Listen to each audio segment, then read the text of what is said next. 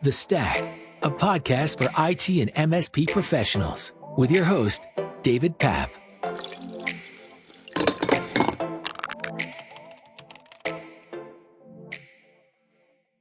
I'm joined today by Brian Furner of HLB System Solutions, based out of Guelph, Ontario. Brian informed me offline that he has worn many hats within the MSP space. Welcome, Brian. Can you tell me more about that? Sure. Hi, David. Thanks for having me on. I started off as a co-op doing development at HLB, and then moved into leading the development department, and then into the sales side, and then into the more technical side, and then project management side and VCIO side. So worn a lot of hats, and again, kind of like we talked about, very, very organic. It was just kind of what was needed for the company at the time, and I just could fill those holes. So I think if I had to pick one underlying thing, and what I think, is the biggest thing for most MSPs to understand, is the technology and all that can change. You can be dealing with any technology out there, but it's about being personable with the clients. I think that's really what resonates with clients. Absolutely. I totally agree.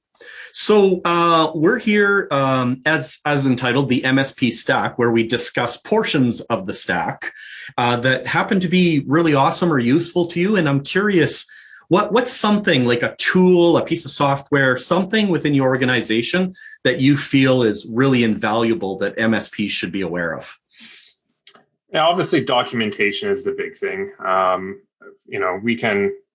We've got so many different team members working on all the clients, and at any given point, one of them's going to need a piece of information, or one person's going to be off sick, and you just have to have good documentation. So there's no way around it. So we're using ITGlue on our side to manage all of our documentation, but you can't say it enough. That documentation is the key.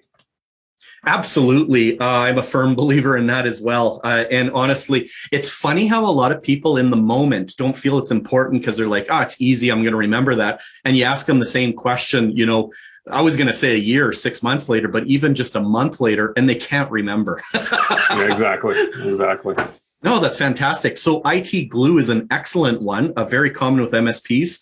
I love that it also integrates in things. Do you guys make use of it? I'm curious, some organizations will have a separate tablet or phone that's logged into ITGlue at all times, or do most of your techs operate on laptops or desktops? Yeah, most of them are on laptops, or I'd say all of our techs are on laptops, and they're all accessing it directly. And in terms of integration, we do have it tied into both our Datto RMM and our Autotask PSA. So we've got integrations running between all of them to make it flow. And then even with that, we've got something like the expiries for SSL certificates going into our Microsoft Teams channels and stuff like that, just to make sure that we're getting some kind of daily updates on that as well. Excellent. I'm curious, when it comes to documentation, how do you handle network diagrams, and how do you loop those into ITGlue?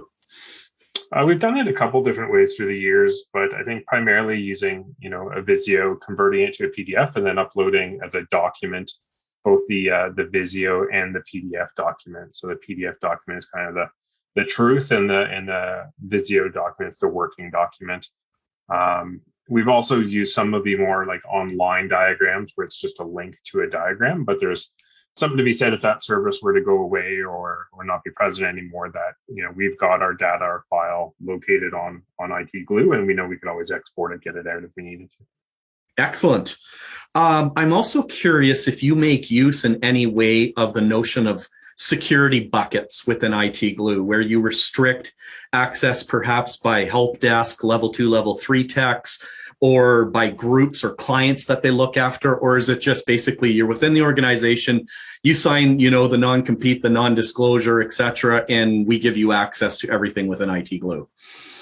Yeah, we really don't separate the security buckets there. Just, again, most of the things that we have in there, at some point or another, any one of us could need. We're a pretty well-rounded bunch. So I think, we don't really separate it in that sense. One key feature we do use from a security standpoint would be, we have our own password management system, but it doesn't do a great job with the one-time passwords that all of our 365 admin accounts use. So using some of the one-time password documentation or features of the password management of ITGlue has been really key for making sure 365 admin accounts have a MFA on them. You're listening to The Stack. Special thanks to Pax8 for their support of The Stack. Pax8 empowers the modern MSP to buy, sell, and manage cloud products with automated provisioning, simplified billing, and free PSA integrations to more than 50 verified and vetted cloud service providers. Pax8 is ready to help you simplify your cloud business. What's in your stack?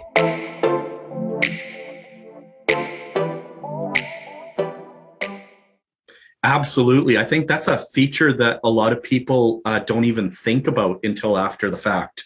Gone are the days of trying to pass around, a corporate cell phone or something in order to do your 2FA into those. And honestly, you're crazy not to have MFA enabled on everything these days that you can. Exactly. Yeah, we were using for a while there like a simple like SMS to email service where we would get all the SMS messages for multi-factor authentication sent through to this the service that would then email our support group. So if anyone needed it, they all got it. But this ITGlue has definitely been a much smoother way to do it.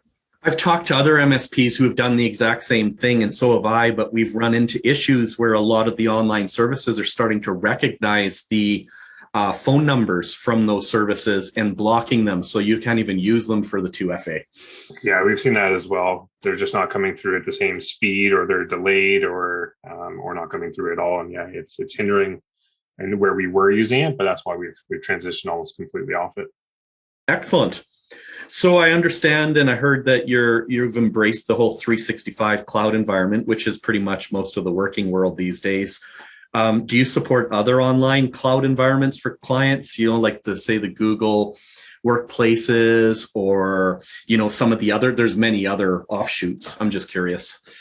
Not really. I mean, we could. I don't think it would be a big stretch for us to do it. But the bottom line is, we do what we do really well, and there's enough business out there for us to focus on that. So why spread the knowledge and the stretch our gods? I'd rather have them focus on what they're good at and stick with those clients. So we haven't pushed for it. But I don't see that it would be a problem if we needed to, but just not necessary at this time. Yeah. And I imagine with all of this too, with the big, huge push to the cloud, that you probably do have some stragglers, clients who are running still on legacy infrastructure and services that you're pushing and hoping that they jump into cloud migrations as well. Yeah, I think like any MSP, there's always a few stragglers in there that we're trying to get converted over. The nice thing is we've found ways to it's easier if you can break it apart into smaller chunks. Maybe first you start with just the email going over from an old legacy Exchange server, and then you transition them into just using Teams for chatting and for collaboration in that sense. And then next thing you know, you've got all their files up there and they're operating completely within the Teams environment and the whole 365 ecosystem. Excellent. Now, I don't know the size of your typical clients, but in general, do you feel that some number of them have their own IT support within, and you're basically just an augmentation to them for either specialties or escalation purposes? In which case, do you share with them access to ITGlue where they can have access only to their portion? So I would say probably the majority of our clients, we are their IT, and there's no one else that really helps, and we don't augment anything. We are the IT. Then there's probably a handful where they have someone who's technical enough to be IT and wants access to that stuff, and then we're happy to give it. So we do give them access to ITGlue, and we, any changes or things that they're doing on the network, we promote the fact that they're responsible too then for the documentation, because it's only as good as the effort all of us put into it. Absolutely. Well, thank you very much. This information has been absolutely fantastic. I'm curious if you have some kind of closing thought that you'd like to share, like a power tip or something, where you're like, if there's one thing that you take away from what I just said, it's this. Sure. I think if there's one thing that you take away, it would be that again, we can use all these tools and they all help us do our job, but making sure that you're communicating with the client, keeping them in the loop, creating that relationship with the client, but using these tools to do that, using your tools properly, using the ticket system to communicate. All these tools help us create that relationship with the client. And at the end of the day, that's really what it's all about. Excellent. Thank you very much once again, Brian, for joining, and hope you have a great day. You too. Thanks for having me. Bye now. We hope you enjoyed this episode of the MSP Stack Podcast. Remember, if you liked it, hit thumbs up. If you didn't like it, hit thumbs down twice. If you'd like to be on the show, head on over to the mspstack.com and click on the Be a Guest button. The Stack is made possible through the generous support of MSP Corp. What's in your stack?